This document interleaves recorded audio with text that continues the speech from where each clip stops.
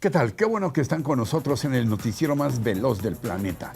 10 a las 2, información a ritmo digital.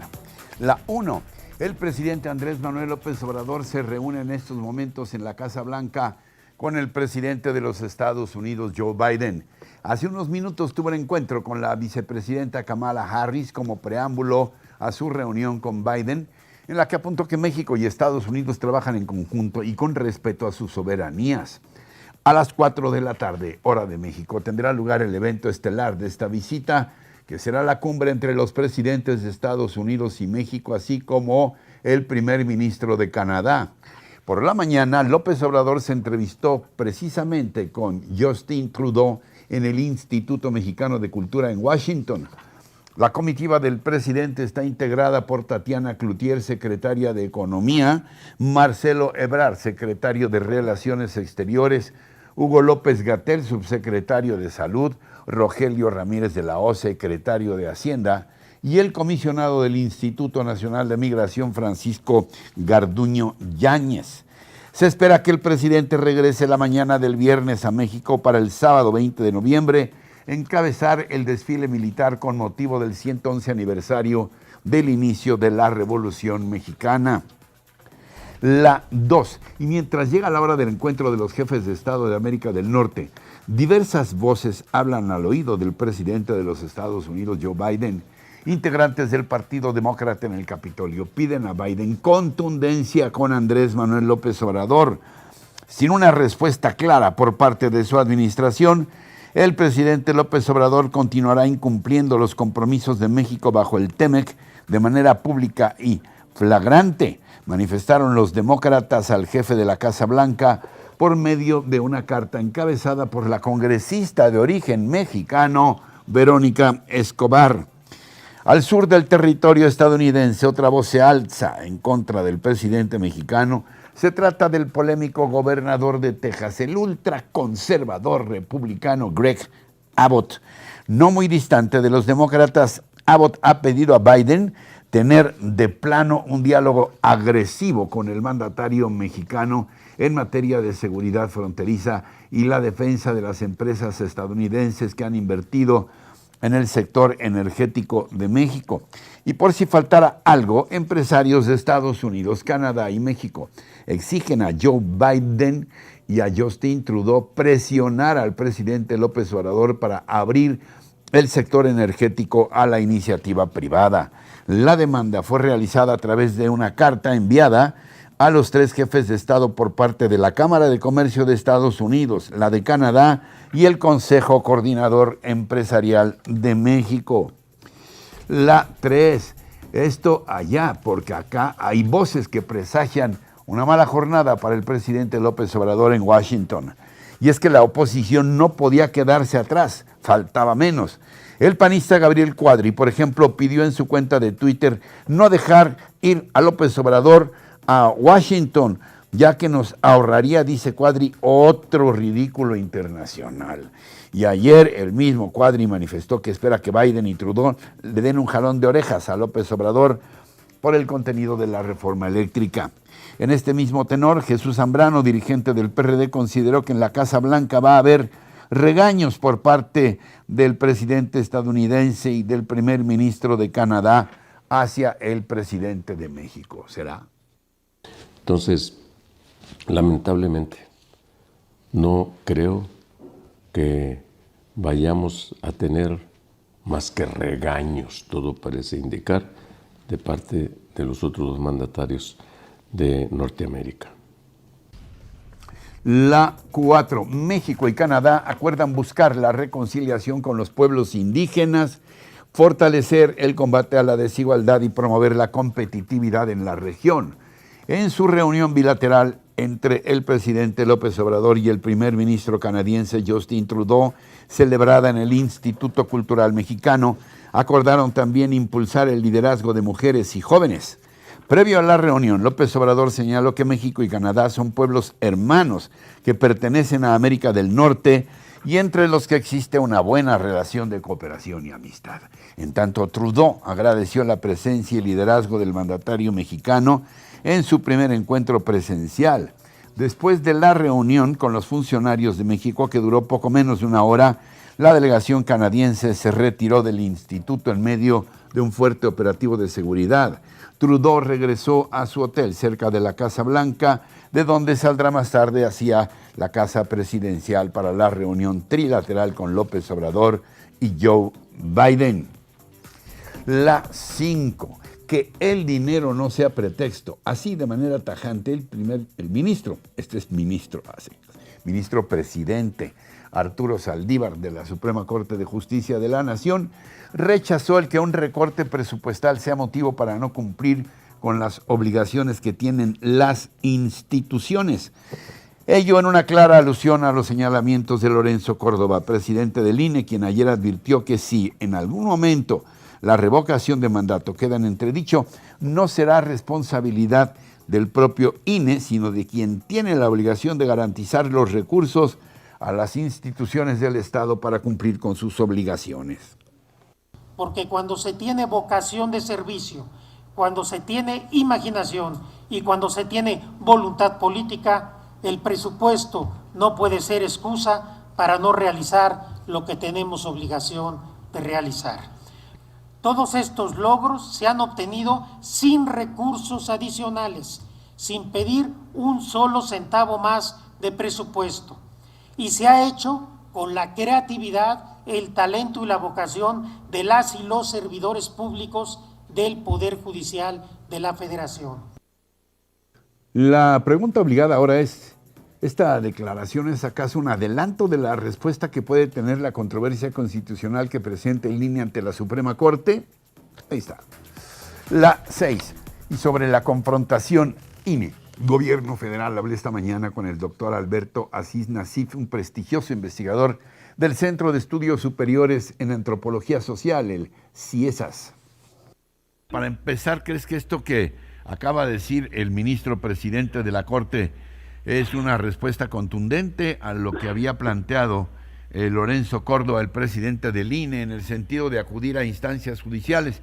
No dijo la Corte, pero pues se sobreentendía que era a la Corte para evitar el recorte de 5,000 millones de pesos que le ha impuesto el actual gobierno federal al INE.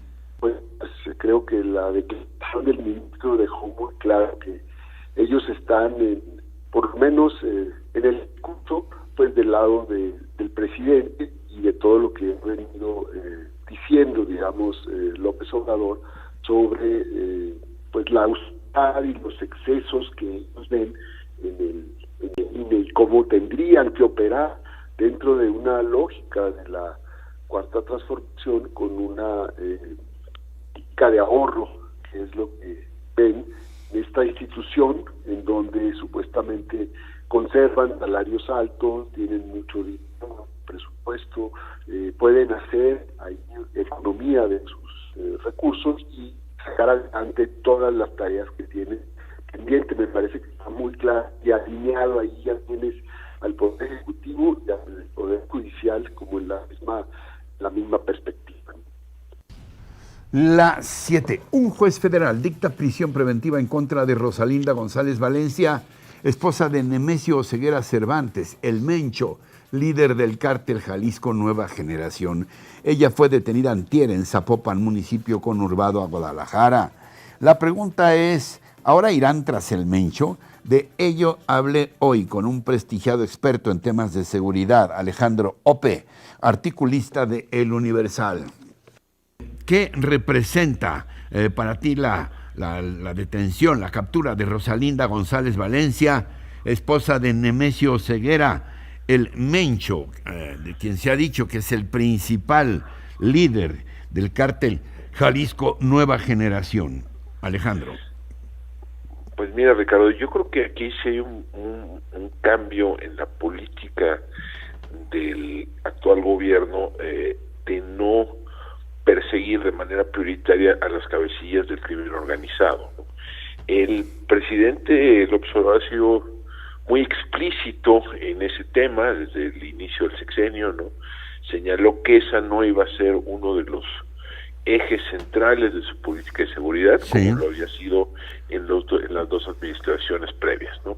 Y ha sido una política más o menos consistente en estos 3 años, ¿no? Sí ha habido algunas detenciones importantes, la de, por ejemplo, José Antonio Yepes alias El Marro, ¿no? En el estado de Guanajuato, hace poco más de año y medio, pero no muchas más, ¿no? Sí ha habido cierta consistencia en esa política. Pero aquí parecen haber cambiado había cambiado de dirección, ¿no? Rosalinda González Valencia es, además de esposa de Nemesio Ceguera Cervantes, alias El Mencho, es hermana de es un integrante de la familia González Valencia, una familia de 17 hermanos, conocidos en los medios policiales como los Queenies, que estos serían el brazo financiero, los lavadores de dinero del cártel de Jalisco Nueva Generación. Esto tiene varios mensajes, ¿no? Yo creo que no hubieran hecho esto si no hubiese una decisión de ir ahora sí por Nemesio Ceguera. Y yo creo que esto pues es una manera de ir cercando, ¿no?, a esta persona, de irle cortando, digamos, algunos vínculos, ¿no? Unos vínculos hacia la economía lícita, hacia, digamos, la no clandestinidad. Esta semana se dio a conocer un dato que a lo mejor explica parte de esto, ¿no? Sí. En el año, los últimos 12 meses previos de mayo a mayo, de mayo 2020 a mayo 2021, murieron por sobredosis de drogas en los Estados Unidos más de 100,000 personas. La primera vez que se rebasa, digamos, ese hito, ¿no? Y 64% de esos parecen estar vinculados al fentanilo, y una parte importante de ese fentanilo provendría de México, ¿no? Entonces hay una creciente alarma en los Estados Unidos por este tema. Hay, yo creo, que presiones crecientes sobre el gobierno de México para que trate de interrumpir el flujo de fentanilo hacia los Estados Unidos, y que también vaya en contra de las organizaciones que previsiblemente estarían detrás de este tráfico, ¿no? Una de las cuales es el cártel de Jalisco Nueva Generación. Además, digamos, esto se da, no parece casualidad que esto se diera, la detención de Rosalinda González Valencia se diera en la semana en la que el presidente López Obrador viaja a Washington y va a tener su primer encuentro, te iba a decir, con su primer encuentro presencial con el presidente Joe Biden, ¿no?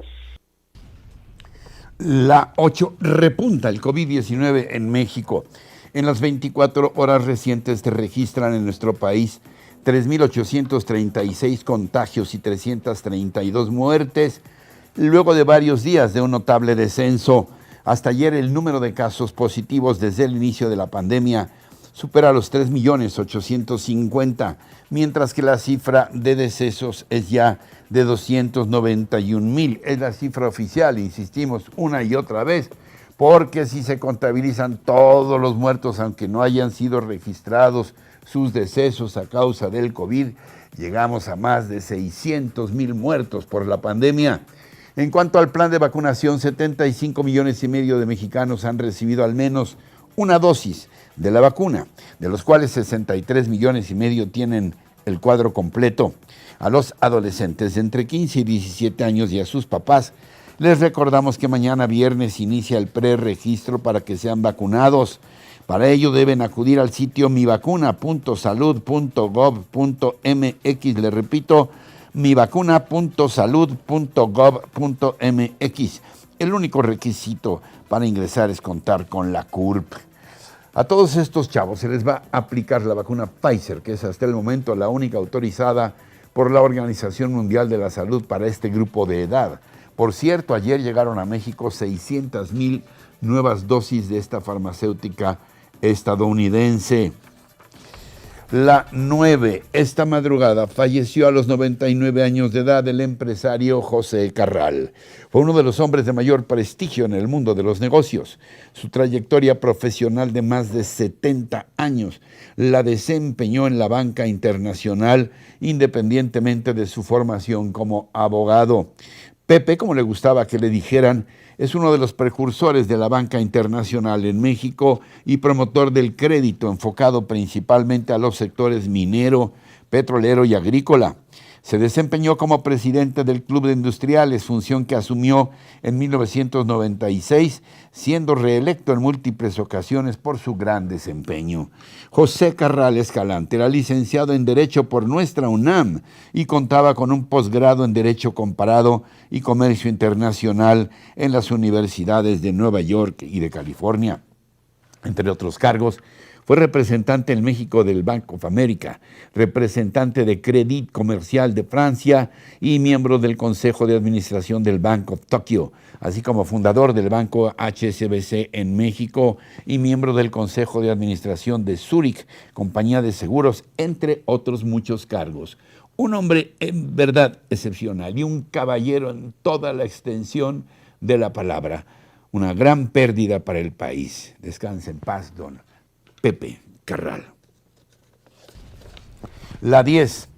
Adelante la píldora anticovid a nivel mundial. Como una medida para detener el avance del coronavirus, la farmacéutica Pfizer ha llegado a un acuerdo con un grupo respaldado por Naciones Unidas para producir masivamente la píldora experimental contra el coronavirus. Esta medida permitiría que más de la mitad de la población mundial, unos 4,000 millones de seres humanos, tenga la posibilidad de adquirir el tratamiento. La farmacéutica estadounidense concederá una licencia para la píldora antiviral al Medicines Patent Pool, con sede en Ginebra, lo que permitiría a las empresas de medicamentos genéricos, es decir, que son los más baratos, producir la píldora para su uso en 95 países, que equivaldría al 53% de la población en el planeta. Pero algunos de los aspectos negativos es que este dicho medicamento podría no llegar a ciertos países de los más afectados por la pandemia. Otro punto es que por el momento no hay autorización para su uso en ningún lugar, pero se espera que en los próximos meses se certifique en los Estados Unidos. Esteban Burrone, responsable de políticas en el Medicines Patent Pool, destacó que este acuerdo ayudará a su rápida producción y que se trabaja en alcanzar un equilibrio muy delicado entre los intereses de Pfizer, la sostenibilidad requerida por los productores de genéricos y, lo más importante, las necesidades de salud pública en países de bajos y medianos ingresos. Según los términos del convenio, Pfizer, un gigante farmacéutico, no recibirá regalías por las ventas en países de bajos ingresos, mientras que el COVID-19 siga siendo una emergencia de salud pública. El laboratorio dijo este mes que su píldora reducía el riesgo de hospitalización y muerte en casi un 90% en personas con cuadros que van de leves a moderados.